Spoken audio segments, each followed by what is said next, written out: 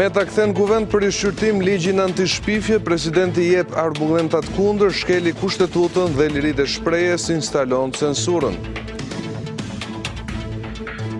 Pasi e shkarkoi si ministër, Rama i beson Bushatit OSBE-n e emëron si të dërguar special, ky post krijohet për herë të parë në historinë e kësaj organizate. Shqiptarët konsumuan më pak në vitin 2019, ekspertët e cilësojnë fenomen negativ, shtimi taksave, rriti çmimet. Pas qeverisë Haradinaj lë edhe drejtimin e AK-s, por ish kryeministri do ta drejtojë partinë deri në zgjedhjet e reja.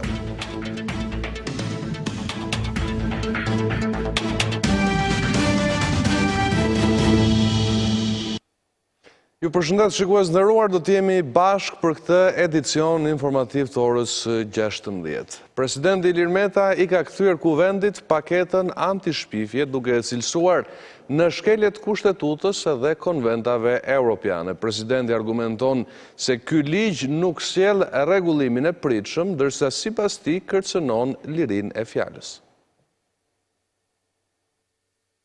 Nga sot, gjithë shqiptarët do ta dinë që kanë në dispozicion një instrument që ta vënë punë mbas vitit të ri se presidenti do na kthej para vitit të ri. Ditën kur kuvendi e miratoi paketën antishpifje, kryeministri e paralajmëroi vendimin e presidentit dhe ky i fundit nuk nguroi që ta kthente për shqyrtim në kuvend duke e cilësuar si antikushtetues.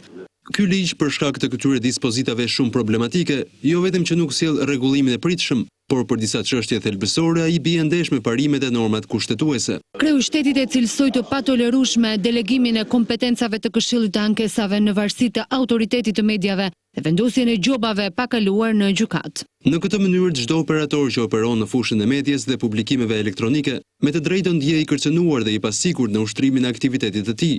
Duke pasur në mënyrë të vazhduar frikën se për çdo shkrim apo publikim, mund të ketë një ankesë e cila do të vlerësojë nëpërmjet kritereve të caktuara jashtë ligjit. Më tej, presidenti argumenton se ligji shkel të drejtën e lirisë së shprehjes, së shtypit dhe të drejtës së informimit. Hyrja në fuqi e këtyre ndryshimeve do të krijojë një mjedis arbitrar dhe të pasigurt ndaj operatorëve mediatik elektronik, për shkak të trysnisë dhe aplikimit pa kriter dhe subjektiv, të masave ndëshkuese dhe shproporcionale që parashikon ligji i miratuar. Kreu i shtetit thotë se ligji i cili solli shumë debat por edhe ngjalli kundërshtit të organizmave ndërkombëtar, përveç kushtetues bie ndesh edhe me konventën europiane për të drejtat e njeriut, si dhe nuk është në frymën dhe parimet e vendosura në Deklaratën Universale të Drejtave të Njeriut. Ish-ministri i jashtëm Ditmir Bushati është emëruar nga kryeministri Edi Rama si i dërguar i posaçëm në OSBE. Në këtë pozicion Bushati do drejtojë presidencën e Shqipërisë në mungesë të Ramës për çështje të ndryshme. Për herë të parë në këtë organizatë do të ketë një post të tillë, pasi në presidencët e tjera nuk ka qenë e nevojshme. Kryeministri Edi Rama rikthen Ditmir Bushatin në një detyrë të rëndësishme pas largimit nga funksioni i ministrit të jashtëm. Me marrjen e kryesimit të OSBE-s, Rama ka krijuar një post të veçantë për ish-kreun e diplomacisë duke e vendosur atë si të dërguar të posaçëm në këtë organizatë ndërkombëtare. Pozicioni që merr Bushati është risi në drejtimin e OSBE-s, pasi asnjë vend tjetër që ka patur presidencën nuk e ka parë të nevojshme këtë post. Emri Bushatit është postuar edhe në faqen zyrtare të organizatës duke kryesuar ekipin i cili do drejtojë presidencën shqiptare në të gjitha fushat ku do të përfshihet kryesimi i Shqipërisë. Për shkak të angazhimeve të Edi Ramës në politikën e brendshme dhe ato rajonale me mini Schengenin si dhe me çështjen e negociatave, ishte parashikuar që përveç takimeve të rëndësishme, takimet e tjera të OSBE-s do të drejtoheshin nga ministri i jashtëm në detyrë Gent Sakaj, por ndryshe nga sa pritet për shkak të pakënaqësive me këtë të fundit, Edi Rama ja ka besuar këtë detyrë Ditmir Bushatit, i cili në pozicionin e ministrit të jashtëm në 8 dhjetor të 2018-s, në ministerialin e Milanos, mori edhe besimin e 57 vendeve për të qenë pjesë e trojkës dhe më pas në 2020 të drejtojë OSBE-n, por vetëm 20 ditë më pas nga kjo datë historike për vendin tonë, kryeministri Rama bëri ndryshimin në qeveri për ta larguar Ditmir Bushatin nga kabineti qeveritar, duke e zëvendësuar atë me Gent Sakajn, i cili më vonë i kushtoi një betejë politike me presidentin, por pavarësisht rotacionit të qeveri, Bushati si deputet ka mbajtur detyrën e kryetarit të delegacionit parlamentar të OSBE-s, i cili një muaj më parë raportoi në Kongresin Amerikan gjatë seancës informuese për sfidat me të cilat pritet të përballet kryesia shqiptare e OSBE-s në 2020-ën. Gjithashtu ish-ministri i jashtëm gjatë 2019-s drejtoi dhe misionin e OSBE-s parlamentare për zgjedhjet në Bielorusi. Partia Socialiste nuk po gjen qetësimet pa kënaqërit brenda strukturave të saj. Pas Shkodrës dhe Elbasanit, edhe dega e Pukës do të ketë një kryetar të komanduar, pasi antarësia atij rrëzoi me votë kryetarin. Ndërsa kryebashkiakët nën akuzë për dekriminalizimin, PS e ka bërë të qartë se do të mbajnë përgjegjësi personale. Procesi i riorganizimit nuk po sjell qetësinë e pritur brenda Partisë Socialiste. Pas Shkodrës dhe Elbasanit, edhe Puka do të ketë një kryetar të komanduar, pasi antarësia atje rrëzoi me votë kryetarin në detyrë Marash Kolaj, që ishte edhe kandidati i vetëm. 23 vota fitoi kandidati dhe 24 ishin jo. Dhe në këtë mënyrë, për një votë, kandidati i përzgjedhur nga strukturat e Partisë Socialiste në Bashkinë e Pukës nuk arriti të marri kandidimin për mandatin për të qenë kryetari i Partisë Socialiste në vijimësi.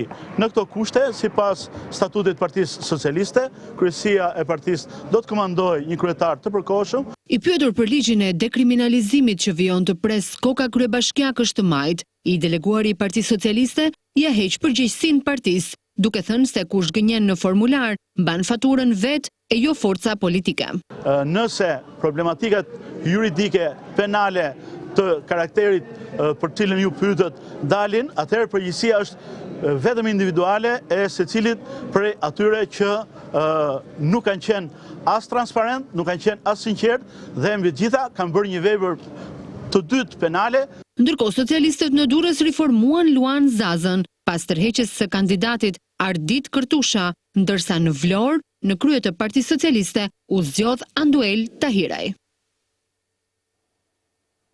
2 muaj përpara vendimit për negociatat, Eurokomisioneri për zgjerimin Oliver Varhelyi do të zhvillojë takime zyrtare në Tiranë dhe Shkup. Në 16 janar, zyrtari i lartë i BE-s do të japë porositë e fundit për politikën shqiptare përpara samitit të Këshillit Evropian, në të cilin vendet anëtare do të vendosin nëse Shqipëria e meriton ose jo dritën e gjelbër. Agenda e negociatave të vendeve të Ballkanit Perëndimor do të sjellë në Tiranë me 16 janar Eurokomisionerin për zgjerimin Oliver Varhelyi. Pas takimeve me kryeministrin francez dhe ministrin e jashtëm holandez, Varhelyi do të përcjellë krerëve të shtetit shqiptar, rezervat dhe kërkesat që kanë këto dy vende skeptike lidhur me përmbushjen e kritereve për hapjen e negociatave. Holanda ka kërkuar nga autoritetet shqiptare rezultate konkrete në luftën kundër krimit të organizuar dhe korrupsionit. Gjatë vizitës së tij në kryeqytetin shqiptar, zyrtari i lartë i Bashkimit Evropian do të ketë takime me presidentin Ilir Meta, kryeministrin Rama dhe kryetarin e Kuvendit Gramoz Ruçi. Gjithashtu Eurokomisioneri ka lajmëruar takime dhe me përfaqësuesit e opozitës, por pa caktuar nëse do të jetë ajo parlamentare apo Partia Demokratike bashkë me aleatët e saj. Vizita në Tiranë vjen pas takimeve të Eurokomisionerit me përfaqësuesit politik në Maqedoninë e Veriut. Në fund të marsit, në mbledhjen e Këshillit Evropian pritet të merret vendimi nga shtetet anëtare të Unionit në lidhje me negociatat për Tiranën dhe Shkupin. Varhelyi pas takimeve politike do të vizitojë edhe zonat e prekura nga tërmeti 26 nëntorit, që shkaktoi 51 viktima dhe qindra banesa të shkatruara. Ndërkohë që me 17 shkurt, Komisioni Evropian do të mbajë në Bruksel edhe konferencën e donatorëve për t'i ardhur në ndihmë Shqipërisë.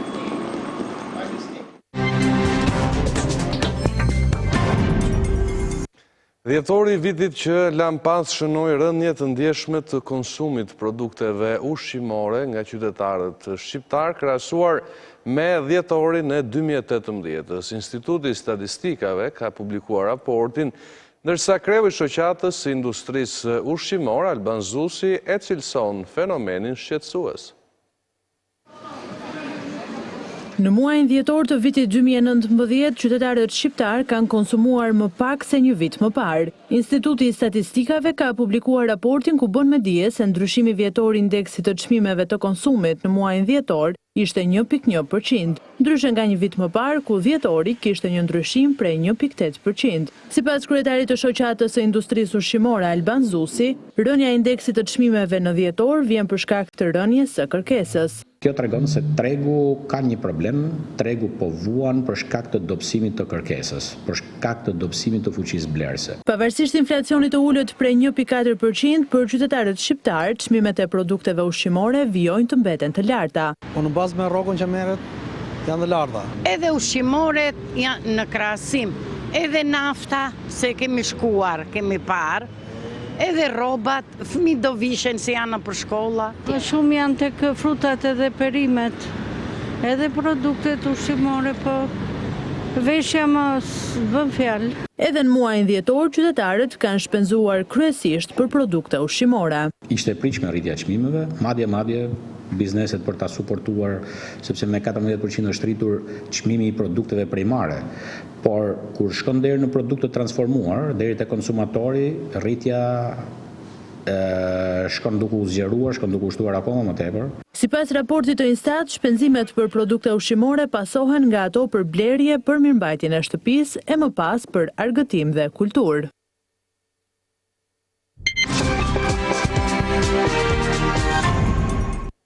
Rënja e temperaturave prej 2 javësh po shoqërohet me shtim të qarkullimit të virozave të stinës. Mesatarisht 250 fëmijë në javë janë paraqitur në urgjencën e pediatrisë në QSUT të prekur nga virozat dhe infeksionet respiratore. Më shumë se 250 fëmijë në javë marrin ndihmë mjekësore në urgjencën e pediatrisë pranë qendrës spitalore universitare Nën Tereza, pasi janë prekur nga virozat e stinës. Për radio televizionin Ora, mjekët pediatër thonë se kryesisht vegjëlet janë prekur nga infeksionet respiratore dhe paraqesin simptomat klasike. Nuk është një shifër alarmante, është normale për stinën kur jemi dhe për klimën që është në vendin tonë. Fëmijët paraqiten me koll, me hund të zëna, ka raste me temperaturë. Mjekët u bëjnë apel prindërve që të shmangin ambientet e mbyllura për fëmijët, ndërsa theksojnë se për ekzaminimet e para duhet të drejtohen mjekut të familjes. Këshillat që ne japim, domethënë është mbajtja në ambiente të ngrohta, evitimi i vendeve të mbipopulluara, domethënë i qendrave tregtare, i ambienteve që ka shumë njerëz, sepse këto janë infeksione respiratore që përhapen nga njëri në tjetrin me anë të kollitjes, të shtimave, të kontaktit, edhe evitimi sa më shumë i vendeve të populluara. Bluzat e bardha sugjerojnë nënat që të ushqejnë fëmijët me ushqime të pasura me minerale, vitamina dhe fitokimikate, që ndihmojnë në eliminimin e mikrobeve dhe në forcimin e imunitetit.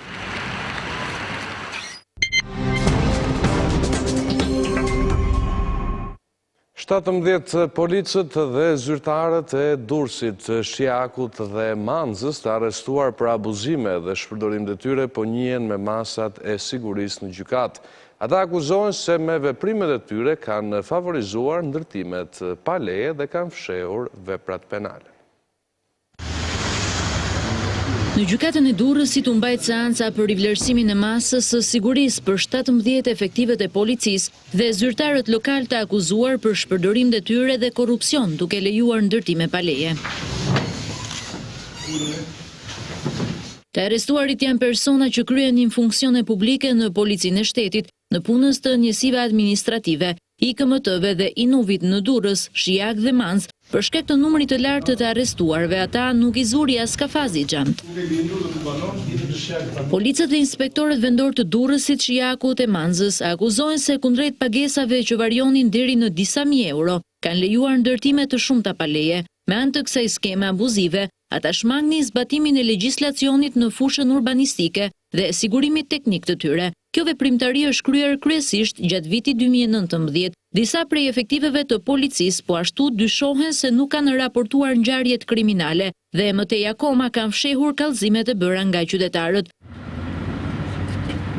Ndërsa zhvilloi seanca, Agim Osmani, ndihmës specialist në policinë e Durrësit, ka pasur probleme shëndetësore duke u dërguar me urgjencë në spital. Ai mori ndihmën e parë mjekësore dhe mësohet se ndodhet jashtë rrezikut për jetën. Gjykata e Tiranës ka lënë në burg 34 vjeçarin Erdet Çapoku të arrestuar për vrasjen e kunatës në Paskuqan. Përpara togave të zeza, Çapoku ka deklaruar se nuk mbante mend se si ka ndodhur ngjarja, por ka mbajtur me para kunatën dhe mbesën, ndërsa ato nuk e mbështesnin. Gjykata e Tiranës ka lënë në burg pa afat Erdet Çapokun, 34 vjeçarin arrestuar për vrasjen e kunatës 38 vjeçare Enkeleda Çapoku në Paskuqan. Caktimin ndaj shtetasit Erdet Mitat Çapoku, si mas sigurime të darjes në burg, përshënojnë një 238 për i përgjusmënar, i të shurë nga resmenare të përshënojnë vajzës për shkaktuar dhënie familjare, bashkëbanisht të anonse koordinat. Autori i krimit të rënd në familje doli para gjykatës i braktisur nga avokati dhe familjarët. 2 ditë pas ngjarjes makabre në Paskuqan që tronditi opinionin publik, ajo përfaqësua në seancë me një avokat të caktuar nga Togat e Zeza. Gjyqtari Lazar Sallaku ka pranuar kërkesën e prokurorit Petrit Hysi, i cili kërkoi arrest me burg, bazuar në provat e mbledhura në vendin e ngjarjes dhe dëshminë e tij të dhënë para oficerëve të policisë. Gjatë seancës gjyqësore, Çapoku është shprehur se nuk mbante mend asgjë lidhur me aktin që ka kryer dhe nuk ishte në gjendje të rikujtonte ngjarjen hap pas hapi. Ai ka pretenduar se ka investuar për kunatën dhe mbesën, por ato nuk e kanë mbështetur. Nga ana tjetër, avokati i zgjedhur kryesisht nga gjykata Mariglen Meta kërkoi arrestin me burg për 30 ditë për Çapokun, deri në kryerjen e një akt ekspertimi lidhur me gjendjen mendore të Çapokut. Pasi u njoh me pretendimet e palëve, gjyqtari Sallaku vlerësoi arrestimin e tij të lishëm dhe lënien e 34 vjeçarit në qeli me afat të papërcaktuar. 34 vjeçari Çapoku arrestua të premten disa orë pas ngjarjes për vrasjen e kunatës e Nkeleda Çapoku. Ngjarja makabre u krye orët e vona të së njëjtës në banesën e viktimës në sy të nënës dhe vajzës së saj. Në Dibër, rreshjet e para të Dborës për këtë vit sollën edhe vështirësi, shumë mjete mbetën të bllokuara në rrugë pasi nuk ishin të përgatitura dhe të pajisur me zinxhir. Dëbora e parë për këtë vit, edhe pse e paralajmëruar, i gjeti të papërgatitur qytetarët dhe institucionet në Dibër. Rreshjet me intensitet të lartë shkaktuan probleme e vështirësi. Disa dhjetra automjete mbeten të bllokuar në rrugët nacionale dhe ato rurale, pasi tentuan të lëviznin pa zinxhir duke penguar edhe borpastrueset. Situata bllokimi pati edhe në vendin e quajtur Kthesa e Melalit, ndërsa në disa njësi administrative trashësia e Dëborës raportohet se ka arritur deri në 15 centimetra. Në rrugë, qytetarët shprehen shqetësimin për mungesën e forcave të policisë, ndërsa u pan në gatishmëri disa mjete të kompanive që mirëmbajnë rrugët. Rreshjet e Dëborës janë rikthyer edhe në qarkun e Korçës. Në fshatrat turistik si Dar dhe Voskopoj, trashësia e Dëborës ka arritur nga 5 deri në 10 centimetra dhe kjo përkthehet në turist. Gjëja më e bukur që mund të shikoje nga një ditë, domethënë që ishte pa borë, pa asgjë, sot e mbuloi çdo gjë. Autoritetet lokale thonë se aktualisht nuk ka raportime për problematika. Rrugët janë të gjitha të hapura dhe qarkullohet pa zinxhir. Por drejtuesit e mjeteve këshillohen që të tregojnë kujdes për shkak të lagështisë në rrugë dhe rrezikut të ngritësave. Temperaturat e ulta të periudhës së festave të fundvitit do t'ja lënë vendin motit meshi. Meteorologët thonë se masat e ftohta të ajrit po largohen nga vendi, ndërkohë që nga e hëna temperaturat do të fillojnë të rriten, por gradualisht. Pas disa javësh me temperatura të ftohta, duke nisur nga e diela, moti do të ndryshojë me rritje temperaturash dhe ndalim të rreshjeve. Në intervistë për Radio Televizionin Ora, meteorologu Akil Osmani u shpreh se nga e hëna moti do të përmirësohet.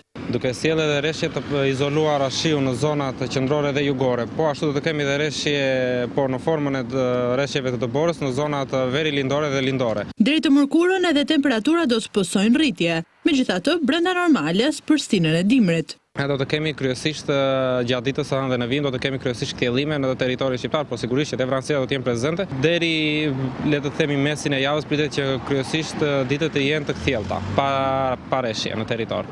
Kryesisht ditët në vijim do të jenë me mot me diell, megjithatë meteorologët shprehen se mëngjesi dhe darka do të shënojnë temperatura të ulta, duke sugjeruar që qytetarët të bëjnë kujdes me veshjen.